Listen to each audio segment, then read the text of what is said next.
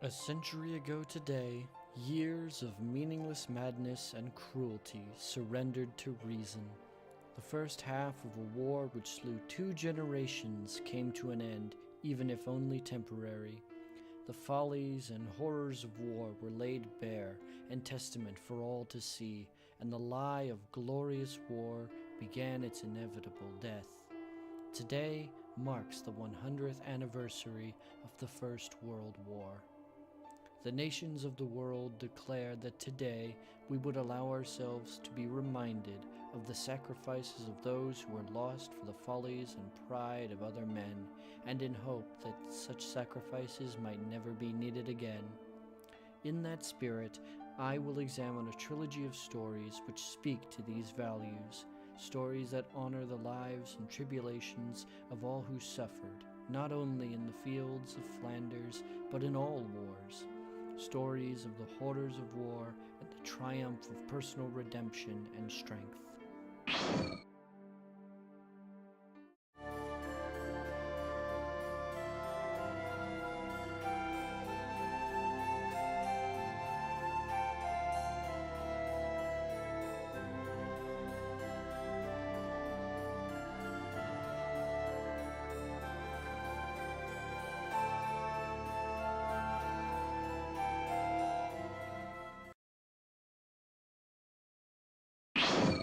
When I started doing these reviews, I knew it would be very likely that I would come across works which were beyond even the scope of my expectations. In fact, I even relished in such an opportunity. Today's review, however, is a work that, perhaps more than any other story, with maybe the exception of Past Sins or Fallout Equestria, represents a work of fiction which truly transcends the fandom. A work which could stand alone as its own piece of media and earnestly speaks of thematic elements which many non-fan fictions struggle to discuss with as much breadth and nuance as this author accomplishes. And they do so not in just one story, but in 3 back-to-back masterpieces. I am of course speaking of the Flammenwerfer trilogy. The Flammenwerfer, Seele, and Unbroken are a trilogy of novellas written by Flammenwerfer and available on FimFiction. Written between April of 2017 and August of 2018, the trilogy explores the relationship of the Cutie Mark Crusaders with a new resident to Ponyville named Schneebloom, an Alemannian or German florist with a tragic history.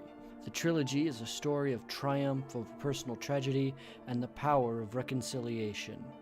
I honestly don't want to say any more than that for fear of spoilers. This trilogy really is the sort of literature which must be experienced in person. That's why I implore all of you, before I go into any further detail, please go read this series.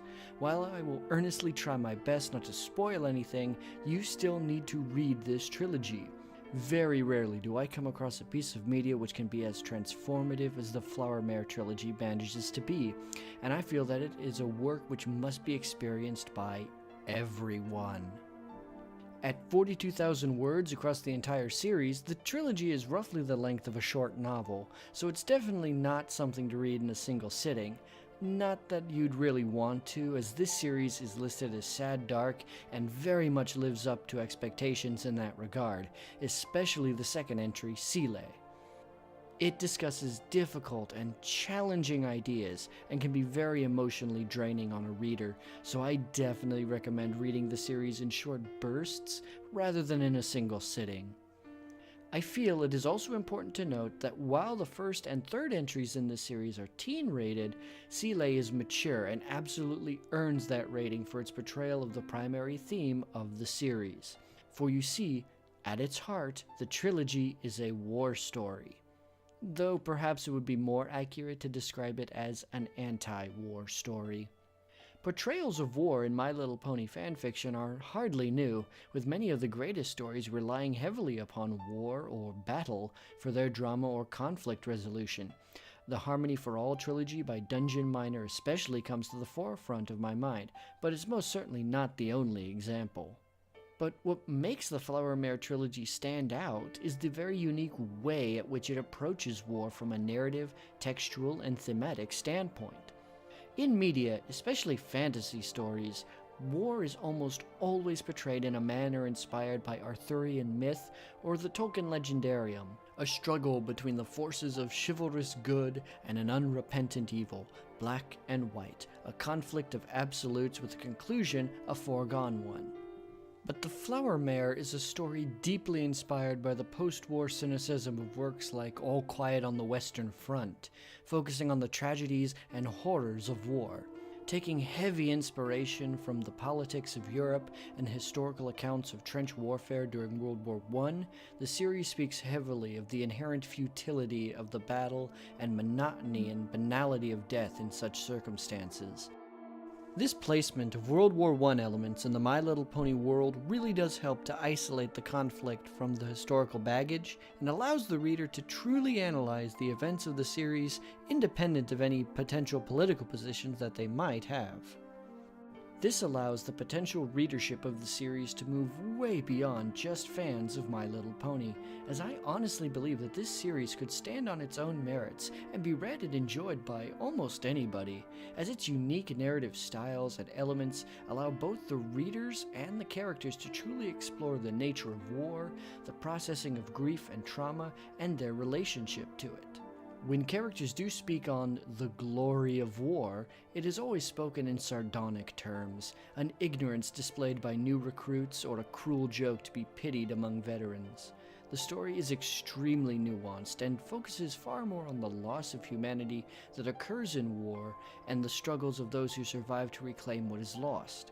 It discusses the requirements of states to dehumanize the enemy and the effect that has on the psyche, the casualties of war beyond just lives lost. It relies heavily on discussions of trauma and the recovery therein, but it does so in a deeply respectful way. The series lacks any of the condescension that often shows up in anti-war stories. I believe this respect for its audience and subject matter is truly what helps make The Flower Mare so accessible. If I had to give you a piece of media that this series very closely resembles, it would probably be the anime Violet Evergarden, which I also highly recommend. They speak from a similar place, and the objectives and goals of the main characters are very relatable and respectable. And the characters really are the strongest part of this series. Deeply complex and morally ambiguous, Schneebloom plays a beautiful contrast to the blind optimism of the Cutie Mark Crusaders. Initially, I did find the three fillies to be somewhat annoying, but Flammenwerfer perfectly encapsulates their story into the overall theme in such a way that I actually grew attached to their approach to the world. Their interest and desire to help Schneebloom rubbed off on me. As the series progresses, we see how both the Crusaders and Schneebloom transform one another, helping each to grow into the mares they should have become had war not interfered in one of their lives. So, with beautifully tragic world building, exquisite writing detail, deeply complex characters with equally compelling interactions, all tied together with an incredible thematic narrative about the triumph over dehumanization and the recovery of the human spirit following the tragedies of war, I can't help but give the Flower Mare Trilogy my highest recommendations. I really don't want to say any more for fear of spoiling this incredible piece. It really helped give me a newfound respect for the struggles of veterans and is a beautiful message of the power of companionship to help heal from tragedy.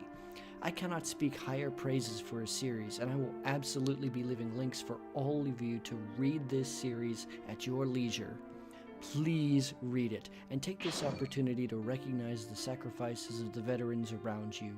Listen to their stories, and help ensure that those who can no longer tell their own stories are never truly forgotten. I am the Brony Critic, and while I hope that you remember that every fandom needs a critic, I hope you also remember the reason we celebrate this day. Thank you for watching, and thanks to the veterans throughout the world for your dedication and service. May we all never forget why we remember this day.